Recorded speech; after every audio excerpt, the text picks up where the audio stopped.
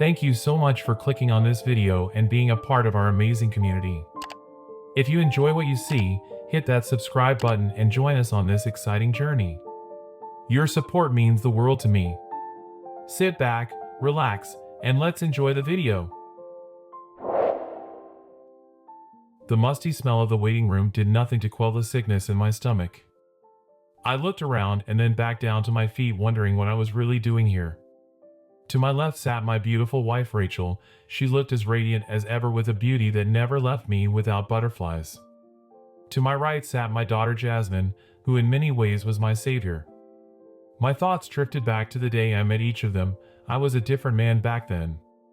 Mr. Green, a voice called out, bringing back to the room. We will be ready for you in around 20 minutes. The other witness has just taken the stand. I nodded. It would be the first time in over a year that I would come face to face with my ex-wife. The woman I was married to for 12 years of my life, but since then so much has changed.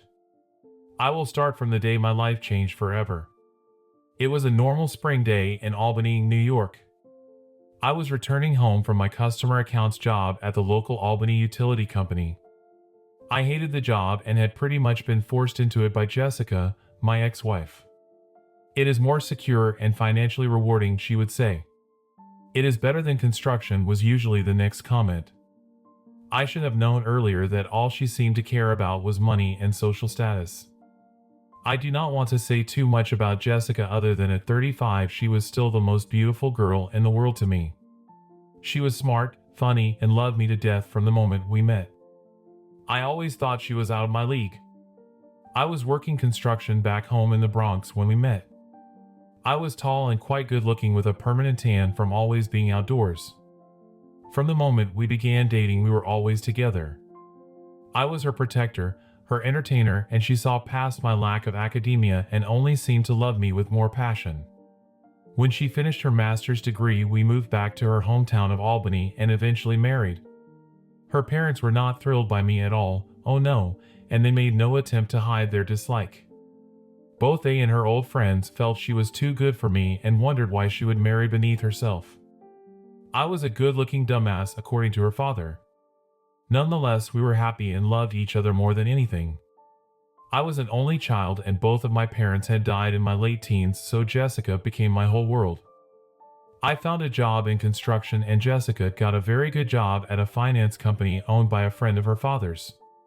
When the recession hit in '08, I lost my job and it was Jessica's salary that pulled us through the bad times. This only succeeded in making her parents loathe me more, if that was possible. It did put a strain on our marriage. Well, I guess it would when the people you love and socialize with are telling you that your husband is a loser. Sadly, it also affected my friendships back home in the Bronx. I was now moving in different circles according to them. Of course, my best friend Joey was always there for me. He was more like my brother and his folks helped me through the loss of my own parents. It was Jessica that managed to convince me to take the job at the utility company. Like I said, I hated it. Indoors, computers, talking to people on the phone in a fake voice, it was my idea of hell, but I made the effort for Jessica and for us. We both hoped to have children one day, but having a successful career and being seen to have one was more important to Jessica. Image, wealth, and status really did not bother me, but I did everything Jessica wanted and I even tried to become the person Jessica wanted me to be.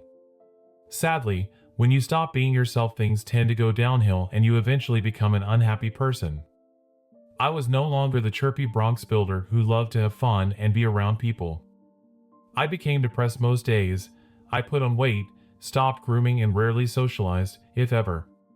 Yes, I was an overweight office worker married to a successful financial analyst who attended fancy dinners and cocktail parties with the Albany elite. I was not one of them. They knew and I knew it. I pulled into our driveway and was surprised to see Jessica's car in the garage. I got out of the car and walked over to the house with a feeling of impending dread. I did not know why, but as I entered the kitchen, Jessica was sat at the table looking solemn yet assured.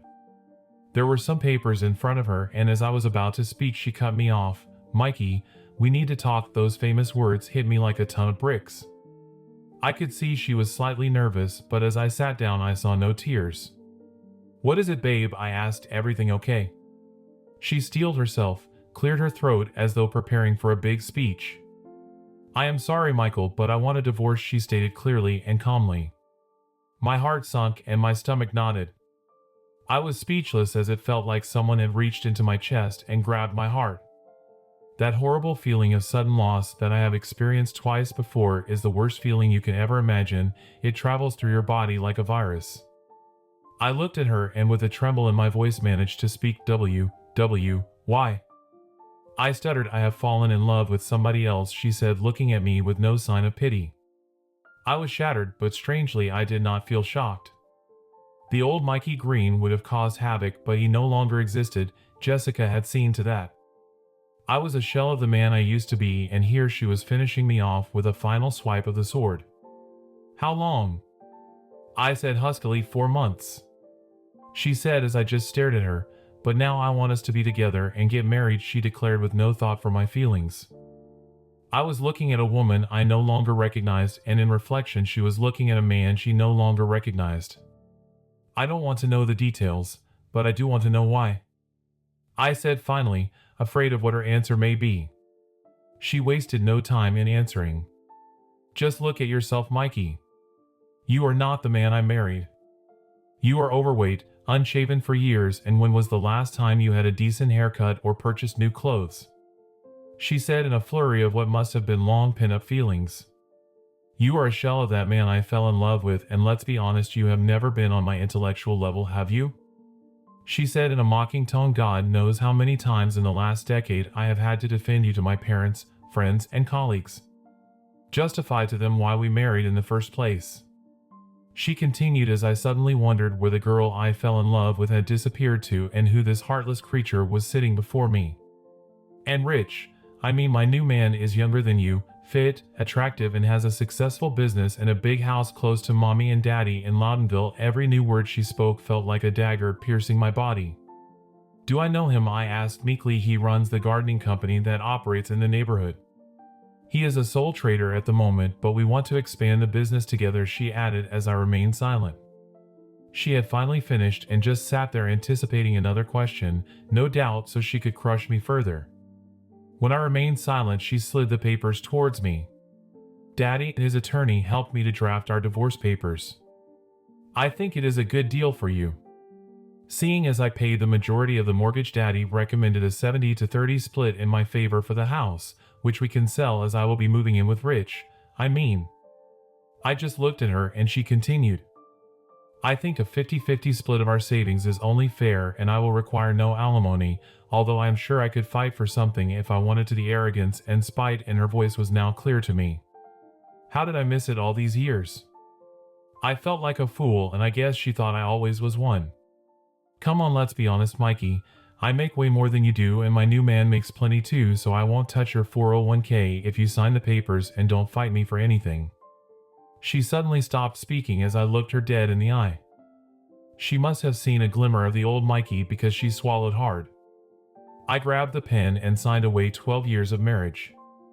I rose from the table and went to our bedroom and packed up my possessions and then returned.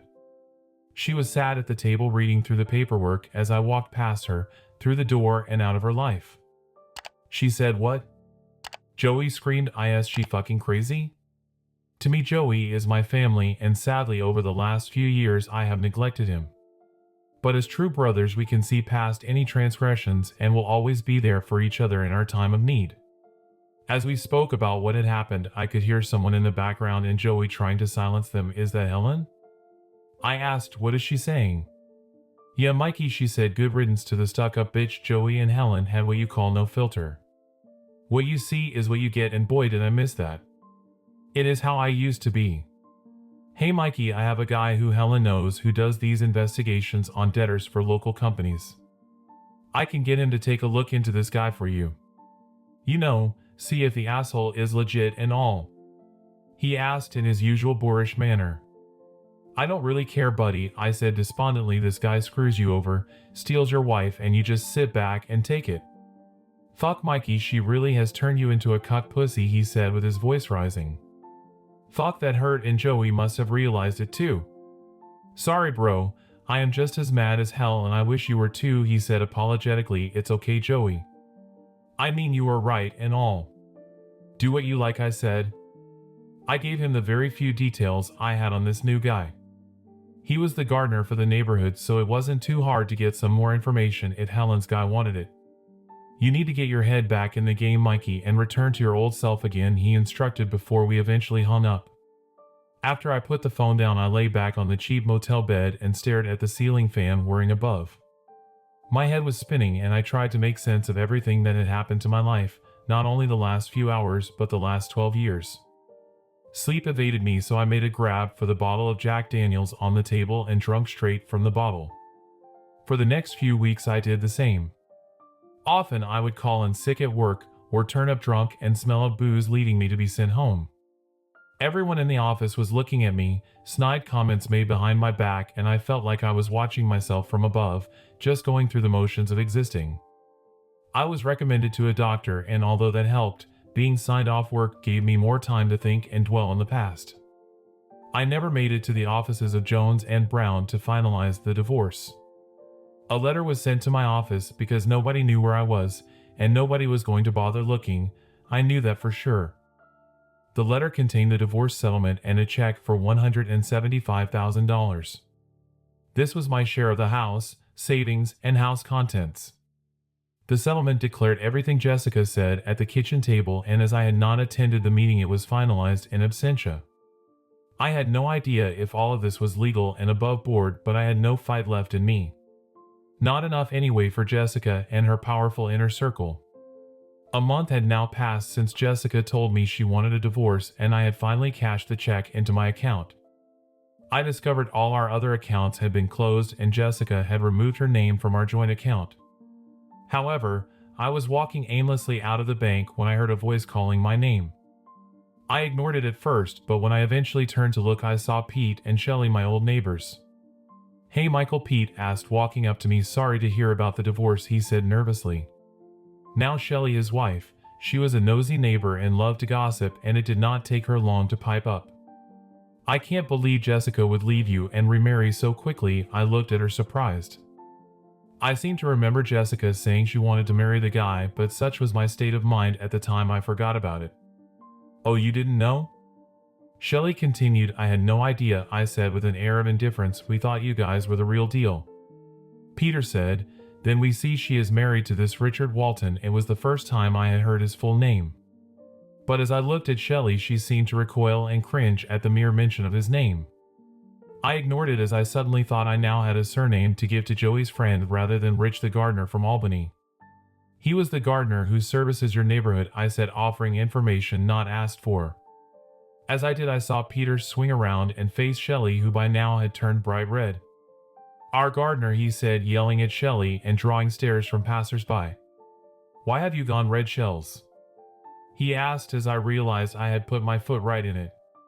"No, Peter, no, never," Shelley pleaded. "He tried it on with me once and I put him in his place." Peter was now red himself and looking pretty irate as Shelley continued, "He is a sleaze, and every time he is due I go out for a few hours to avoid him."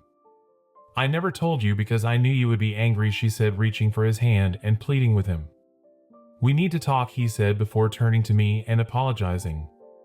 He grabbed her by the hand and marched her off down the sidewalk. I guess that is one lost customer for Jessica and Richard's growing empire, I thought to myself, and managing to raise a smile for the first time in a while. The news of the marriage did hit me hard. I slumped back into a depression and reached for the bottle again. I thought I would have a good try at drinking myself to death. That way all the pain would go and I wouldn't have to continue with my pointless existence. The next morning I rose from my motel bed and fell to the floor, vomiting all over myself. I had officially hit rock bottom. I crawled into the shower on my hands and knees and let the cold water rain down on me. As I emerged, I looked in the mirror and what I saw reflecting back left me shocked. "Fuck you," I shouted at the man looking back at me. "I need to get better." I fell to my knees and cried. "For the first time since my mother passed away, I just want to be happy," I screamed into my hands. I knew something had to change. I walked into my office the following Monday and got down to some work. For some reason my personal mail was on my desk. I guessed it was redirected there because nobody knew where I was living. As I read through what was mainly junk, I found a flyer for a local gym promising to get anybody in shape in 12 weeks. I snorted to myself thinking it would take longer than that. But I thought, what the hell, maybe this was the change I needed. That evening as I entered the gym, I had no idea what the beautiful young instructor standing before me would think of this old has-been. At 38, I felt like an 80-year-old man, but as I stepped closer to her, she held out her dainty hand, which I gladly accepted. "I'm Jasmine," she said. To say she thought I was a mess would have been an understatement. But within her beautiful brown eyes, I saw a semblance of hope for me. They seemed to inject some energy into me. Not lust or anything romantic, but honesty and compassion. So over the next week, I had managed to move out of the motel and sign a lease on a small studio apartment in the city and close to the gym. I decided to focus on my 12-week plan and see where life took me. I needed to lose around 50 pounds, and the best place to start was getting rid of all the unopened alcohol bottles amongst my belongings. I worked really hard over the following month.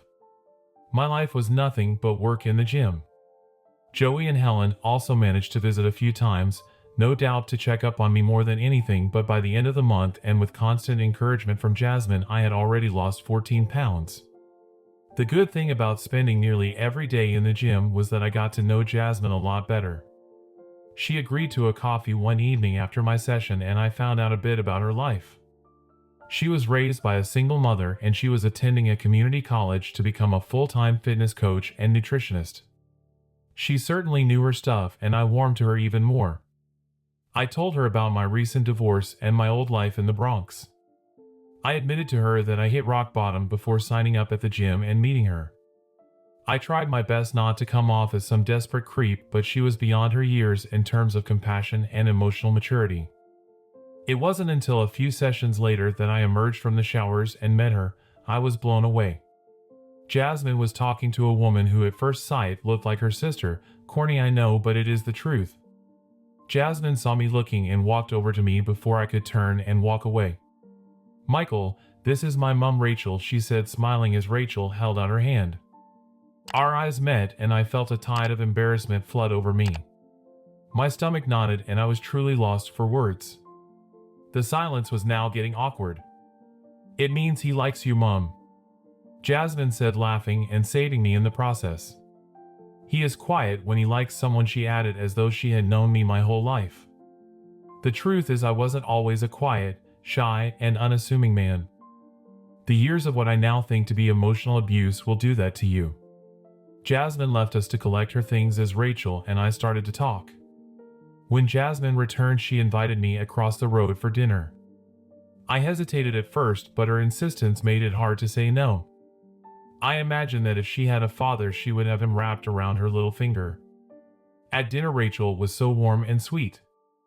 I could tell the apple did not fall far from the tree, and as the evening progressed, I relaxed in their company. With them, there was no need to put on a show or act in a pretentious manner. They were not people who thought they were better than anyone. Rachel joked around a lot, and it put me at ease. We did touch briefly on our past, and I guess Jasmine filled her mother in on my life. I left that night feeling better than I had in months, even years. I even had Rachel's number in my phone after she agreed to, or shall I say insisted on, finally sorting out the mess on top of my head. I was reluctant at first, but as Rachel was a hairstylist, I capitulated. That brought the sweetest laugh I have ever heard from a woman. The next couple of months, Rachel and I were inseparable. When we finally made love, the passion was intense and loving, and it felt perfect every single time. From then on, I only had her in my mind, and finally my heart was beating for another woman. I knew we had to take it slow because I did not want her to think she was some kind of rebound from Jessica. We wanted to make sure our feelings for each other were real. We had both been wronged in our lives, and so trust was very important to us both. Eventually, I took her back to my hometown, where Joey and Helen fell in love with her immediately. Helen pulled me aside one evening in the kitchen and said, "Now this is the woman for you, Mikey. Do not let her go." I assured her there was no chance of that. "Really?" "I do not believe you. 180 pounds. Really?" I said excitedly. "Yep, 180 exactly." Jasmine confirmed. "You are back to your ideal weight, Dad," she said, laughing at her new name for me. I was so proud of myself and so grateful to Jasmine and Rachel for helping me get to this point. My new haircut, along with the surrender of my beard, must have contributed to some of that weight loss, I thought. Rachel had convinced me to try a clean-shaven look once so she could see my face. I had to laugh at that suggestion. I just hoped she wouldn't be put off by the man behind the mask. Thankfully, she wasn't. So here I was on cloud nine. I felt like a weight had been lifted from my shoulders. I had achieved what I set out to do. I looked great and I felt great, and this was the type of mentality I had when I was on a construction site in New York. I made my way to Rachel's house feeling on top of the world. I walked through the door to be met by a nervous and pale-looking Rachel. The look of worry on her face gave me a feeling of déjà vu. "What's wrong, baby?" I asked nervously. I had that bad feeling again. "We need to talk," she said. Suddenly I felt like the walls were closing in on me. Those familiar feelings came back and the nausea attacked my senses. "Okay," I said as Rachel took my hand and sat me down. "Look, Rachel, if you are going to break up with me, just do it quickly so I can get out of here," I said abruptly as she recoiled in shock. "No, honey," she replied, gripping my hand tighter and pulling me slightly closer. "I do not know how to say this because I don't want you to get mad at me." My feelings of dread had not abated. "I am pregnant," she announced hesitantly. I was in shock. We remained silent for a few seconds as her beautiful face creased up, trying to gauge my reaction. I rose to my feet and walked a few steps away. I turned back to her looking worried and on the verge of tears. "Woohoo!" I screamed at the top of my lungs while simultaneously jumping in the air with both fists raised. Her face lightened up and joy sprung back into her eyes. "You are not mad?" she asked, regaining her beautiful smile. "How could I be mad? I am going to be a daddy," I announced before taking her into my arms and kissing her passionately on the lips. We embraced each other for the next 5 minutes. I was the happiest man on earth. Over the next few days, Rachel, Jasmine, and I started to look for a house. Even though Rachel had very little in terms of savings, I had nearly $180,000 in the bank, which was more than enough to buy a house outright. It took less than a week to find a beautiful 5-bed colonial in Pine Hills. It needed some renovation work, which put off other buyers, but with my construction experience, I was excited about its potential. Our offer was accepted, and it meant we did not need to take out a mortgage. The day we moved into our new home, I got down on one knee and proposed to Rachel. I knew it was fast, but I loved her so much, and she was the one for me. She accepted, and I would love to say that from there we lived happily ever after, but that would skip over the reason I am sat here in this courthouse. Just to make it clear, I was not being charged with anything. Well, a couple of weeks after moving into our new home, I had a phone call from Joey. It was earth-shattering to say the least. I had actually forgotten all about Joey asking Helen's colleague to look into my ex-wife's new husband, and to be honest, Joey did too. If this had been going on for months, I had no idea what it was going to cost me, and to be perfectly honest, I didn't even care to know what he had found out. Nonetheless, Joey was beside himself with glee and just had to tell me his findings. I remained silent as Joey began to speak. "The whole thing is a house of cards, Mikey," he said, laughing. "Helen's guy dug around, and after you gave us the full name, it set the wheels in motion. It turns out the IRS and the feds got involved." "Hold on, what?" I yelled, thinking I had missed a major chunk of the story. "What do you mean the feds are involved?" "Just listen, Mikey, just you listen to this," he said, trying to calm me down. "The gardening company he owns has Jessica listed as a director, and it is in debt, Mikey. I mean serious debt, and that is just for starters. The house he owned now has Jessica's name on the deeds, and it is worth over $1 million, but the mortgage payments are made through a company called Richwall Enterprises. That company owns the house and the business. Jessica and Richard are listed as joint co-owners, and it began trading only 6 months ago, probably just after their wedding." I was trying my best to keep up, and I knew Joey was doing his best to relay what Helen had obviously told him. "Helen's guy alerted the IRS, who by the way will be picking up his tab." I was pleased to hear I wasn't going to be stumped for a huge bill. Anyway, the IRS investigated Richard Walton and found out he is on their wanted list. They had a picture of him or something, so he is a fraudster, I said, stating the obvious. "Oh yeah, Mikey, but wait until you hear what happened next," he said, teasing me. "Well, this investigation alerted the attention of some big corporate type in Charlotte. North Carolina? I interjected, yet Joey said excitedly, well, his name is Davis Nolan and he has a daughter called Julia Reed. She is currently estranged from her husband Kyle Reed. They have 2 kids together and… Okay, by now I was seriously confused. Get on with it, Joey, I said, exasperated. Stick with me, kid, he said breathlessly. Well, it turns out Kyle Reed is Richard Walton. What? I screamed down the phone and Joey's ear must have been ringing. Not that he would have cared. He was too busy laughing his ass off. Yeah, and they are still legally married. I think he is called a bigamist or something, but that is not the best of it, he said, leaving me hanging for more. This was beginning to sound like a Hollywood movie or something. Well, the FBI got involved, and it turns out the guy is a 2-time felon. He has spent time inside, drugs and burglary, I think. Mr. Nolan managed to get him a reduced sentence for the second conviction. He is a powerful man, apparently. Anyways, the feds investigated him, and this Kyle/Richard guy made contact with another suspect they were looking into regarding drug trafficking crimes. My mind drifted back towards Jessica and her friends and family. I could just picture their faces at this news. I started to smile. There is more, Mikey. The FBI and the IRS joined forces and took this guy down. They found him at a storage unit not far from his home, and the answer to how a man in debt could afford $1 million house and a lavish lifestyle became all too clear. How, Joey? How? I was hooked. They found heroin, ecstasy, and stolen goods in his unit and his truck. They actually think he was about to flee again. He had suitcases filled with clothes and stuff in his truck. I started to laugh and Rachel joined me on the sofa, shaking her head and laughing too. She had no idea what she was laughing at or what was making me so happy. So what about Jessica? I asked, and Rachel swung around and glared at me. I put my hand over the receiver and whispered to her, "You are not going to believe this," I said, shaking my head and leaving her hanging. Joey continued to speak as I returned the receiver to my ear. She was arrested. Her parents have somehow managed to keep it out of the media, but I expect over the next few days they will be front page news. It is a big news story. After all he said, I actually think Joey was more excited than I was, because quite honestly any feelings I had for Jessica, ill or otherwise, were gone. I reached for Rachel's hand and held it just to confirm that fact. After I ended the call, I turned to Rachel with eager anticipation and told her everything.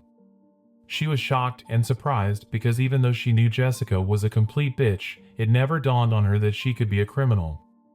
All I could think of was what her parents, family, and the so-called social elites thought of her. Poor old daddy had a duped criminal for a daughter, and that cannot go down too well at the country club. I had to laugh to myself, and Rachel knew what I was thinking and laughed along with me. A few days later, the front page of every newspaper in the area and every media news channel was covering the story. I guess Jessica's parents still had some leverage in the community because she barely got a mention. Of course, the bigamist, drug trafficking con man was splashed all over our screens, but the female accomplice who moved in elite social circles and was well known in the corporate financial world was not named. However, less than a week passed before one newspaper published the mugshot picture of them both, complete with prisoner numbers, but no mention of Jessica by name. We did find out that Kyle Reed was actually 41 and not 35 as he claimed to be. So my ex-wife actually left me for an older criminal who has just destroyed her life. Maybe she wasn't as intelligent as she thought. I was actually shocked at the image of my ex-wife. I had to take a few looks just to recognize her. She looked a shadow of the confident and arrogant woman who dumped me nearly 8 months ago. She was gaunt and looked as though she had aged. Her hair was thinner and she had huge dark bags under her eyes. I looked up to see my beautiful pregnant fiancée, who looked the complete opposite. I felt like the luckiest man alive. Not only to have her, but to also be shot of my ex and her family. In the months that followed, the whole issue died down. We enjoyed our first family Christmas in the new house. Rachel's parents came to stay with us. Helen and Joey stopped by, and I was surprised to see a few of my old friends from my construction days get back in touch. They loved Rachel too, and it was they who talked me into getting back into the construction game. Rachel and Jasmine agreed with them, and that's another reason I love them. In the new year, I quit my job and became a self-employed tradesman. I was working on construction sites, but also doing small jobs in the community.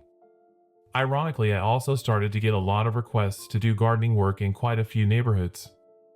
I was even surprised to be contacted by Peter and Shelley, but only if I promised not to try anything on with Shelley. They had my word. In March, Rachel gave birth to our mixed twins Alex and Sophia. In April, we were married in a small ceremony in Albany. It had been just over a year since the divorce from Jessica, and to think how much has happened in that time is astonishing. However, sadly, it would not be the last I would see of her. My new perfect life had been going so well until a visitor came knocking on my door completely out of the blue.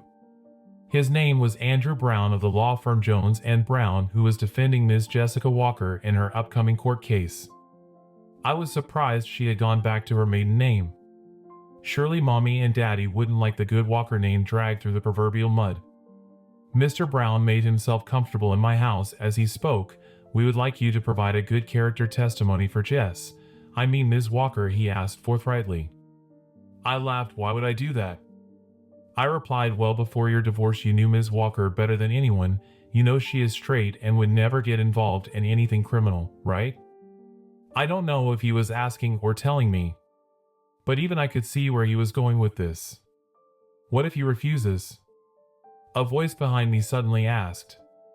Rachel emerged from down the stairs, obviously listening into our conversation. Mr. Brown looked at me.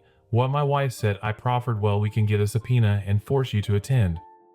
If you still fail to show up, we can have you charged and thrown in jail," he said with a now menacing tone. My first reaction was to smash him in the face and throw him headfirst through the door. But as I looked towards my wife, I realized I had too much to lose. I had no idea if what he said was right or even legal, but for one court appearance I acquiesced to his demands. It was just easier. So here I am, sat in the waiting room of the courthouse. The trial has been going on for a couple of days, and as my appearance neared, I turned to Rachel. "What do I say, honey?" I asked with a whisper. She took my hand and looked at me with those beautiful brown eyes and said, "You are the most honest and loving man I have ever known." Just be honest. I knew that what I said in that court would probably have no bearing on the case at all. I had been strong-armed into attending by my ex-wife's legal team. They had wrongly made the assumption that I would speak highly of her. It could be the biggest mistake they had ever made, because I was going to do no such thing. A few days ago, the trial for Kyle Reed had concluded. He was found guilty of Class E bigamy, a federal charge of Schedule I, drug possession with intent to supply, perjury, handling stolen property, and a whole range of charges relating to defrauding the U.S. government. He was also on a third strike. He was sentenced to 70 years in prison. Even I was shocked by that sentence.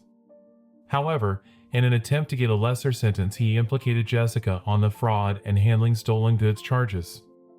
He claimed she was in on it, as they started the holding company as soon as they were married. What is it they say about no honor amongst thieves? The stolen property charges were being contested, but on fraud the IRS had her all ends up. "Mr. Green, we are ready for you," the bailiff declared. I rose to my feet and exhaled loudly. Rachel had left to join the public gallery, whilst Jasmine looked after the twins in the waiting room. They were sound asleep, oblivious to it all. In the court my name was announced, and as I approached the stand, I could feel the eyes of the entire court on me. It was a strange atmosphere. There were a few gasps as I took the stand, especially from those sat behind the defendant. As I took the oath, I turned to face the room, and it was the first time in over a year that I had seen Jessica in the flesh. She was dressed in an orange prison uniform and surrounded on either side by an expensively put-together defense team. She was looking down at her feet, but I made eye contact with her parents and then a few of her friends who sat behind her. I made out a couple of people who looked at me and mouthed the word "wow." The irony of me now looking down on them from the witness stand was not lost on me. I spent our entire marriage with them all looking down on me. Now the roles have been reversed. Andrew Brown rose to his feet and began to speak. "Thank you for coming today, Mr. Green," he said. "Well, I wasn't given much choice, was I, Mr. Brown?" I replied, staring down at him. He recoiled at my tone, and all eyes turned towards him to see what his reply would be. At that moment, Jessica finally lifted her head and looked in my direction. Her eyes flew wide open and her jaw dropped. She suddenly burst into tears, causing everyone to turn and look. The realization must have hit her. The man she fell in love with had made a welcome return, and the man she had destroyed was gone. She was now inconsolable as the judge asked her lawyer if he needed to take a minute. He ignored his offer and continued. Mr. Green, as the defendant's ex-husband, who was admittedly treated very well by my client in the divorce, would you agree that the charges against her surprise even you? He asked, to no objections from the prosecutor. I was very shocked. But as to being treated well in the divorce, I guess you and I have different ideas on that, I replied confidently as murmurs appeared from behind him. I am sure I could see Jessica's parents talking to one of the team as Jessica continued sobbing. Okay, Mr. Green, but would you say that in all the time you and the defendant were together, she was always an honest, hardworking, and law-abiding citizen? He asked. Well, she was cheating on me for 4 months with a man she described as younger, more attractive, and successful, so once again we probably have our own definitions of honesty, I replied. I was beginning to think at that point her legal team realized they may have made an error here. Remember, he only threatened me to turn up, not paint a picture of a perfect innocent woman. I was just being honest like Rachel said I should be. But would you agree that in that time you neglected yourself physically and intellectually, so when someone better came along, could you really blame the defendant for moving on? He said tersely. There was an almost universal chorus of disapproving moans from the public gallery and the prosecution bench, who obviously felt that at this point they were not really needed. The defense were digging my ex-wife's grave. The judge brought about order, giving me a chance to think about my reply. I agree that I neglected aspects of my life. It was very hard to live with someone who controlled my life and whose family and friends considered you beneath them. The defendant's father once referred to me as a good-looking dumbass, I said openly, and the look of shock and confusion amongst the defense was almost too hilarious for words. At this point, Jessica was just staring at me with pity in her eyes. I had none for her in return. That may well be, Mr. Green, but there is nothing to suggest that the defendant was ever involved in criminal activity, no evidence to suggest that for the years you were together that she was dishonest or looking to commit fraud. She paid her bills, even yours for a while, and never broke the law. Is that right? He said, now visibly flustered. Objection. The prosecutor rose to her feet. This is inadmissible, Your Honor. The witness is not here to prove the defendant committed no crime. It is a waste of the court's time, sustained the judge. Said the defense can rephrase the question. Mr. Brown looked perplexed but cleared his throat and resumed his line of questioning. Mr. Green, in the years you were together, the defendant was an honest person who paid all her bills, her taxes, and her mortgage. She even paid yours for a time, is that correct? He stated. Yes, I said, but I have no idea what type of person she has been over the last year. Well, I think we can take a guess, I said. Objection, Mr. Brown said, looking at the judge. What do you mean? Objection, Mr. Brown. He is your character witness, the judge said, trying not to laugh as half the courtroom burst into laughter. The jury had to look away. Your Honor, he is obviously a bitter ex-husband seeking revenge on the woman who dumped him and moved on, he said, now getting angry and irate. The defense team were now beside themselves with worry. Jessica was looking back between her parents and her counsel with tears running down her face. The judge spoke again. If he is a bitter ex-husband, then why did you put him on the stand? The prosecution team just sat back and smiled to one another. Is it true that you are indeed a bitter man who just wants to see his ex-wife suffer? Mr. Brown asked after a period of silence. If this had happened 11 months ago, you may have had a point. But now I have nothing to be bitter about.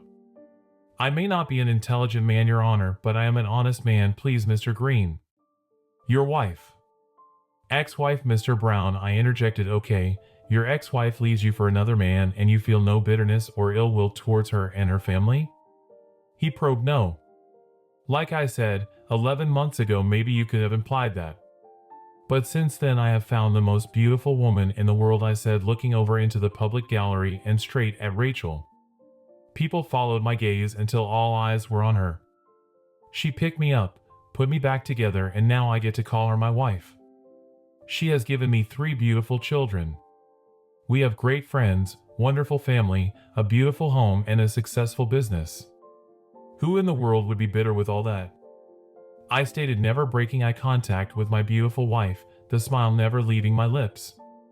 She just looked back at me with that radiant smile, nodding her head. I turned back to see the defense looking tense, and now Jessica's parents were looking down at their hands. Jessica looked distraught and was sobbing as she caught my eye. I mouthed the words "thank you" to her, and she collapsed into her arms onto the table. I was dismissed and I returned to my family. As I walked through the door, I could hear a big commotion with Jessica at the center of it. She was screaming, "Sorry, I love you," but whether or not it was aimed at me I do not know, and frankly, I did not care. Jessica was found guilty of conspiracy to commit an offense to defraud the U.S. government. I guess the court felt Kyle Reed was not smart enough to do it alone. I read it was titles 18 to 371, 26 to 7201, and 7206, 1 and 2. I had no idea what that meant. She was also found guilty of fifth-degree possession of stolen goods, which was a Class A misdemeanor apparently.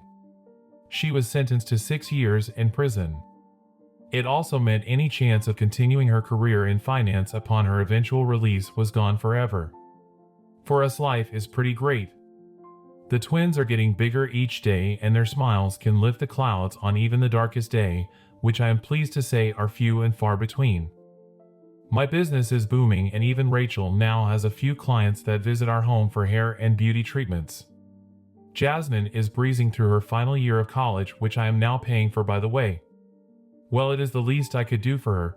She did save my life, remember. The end. Thank you so much for taking the time to watch this video. If you found it valuable, don't forget to hit that subscribe button and become a part of our growing community. Now, I invite you to share your thoughts, opinions, and ideas in the comments below. I genuinely value your feedback and look forward to hearing from each and every one of you. Let's connect, learn, and grow together.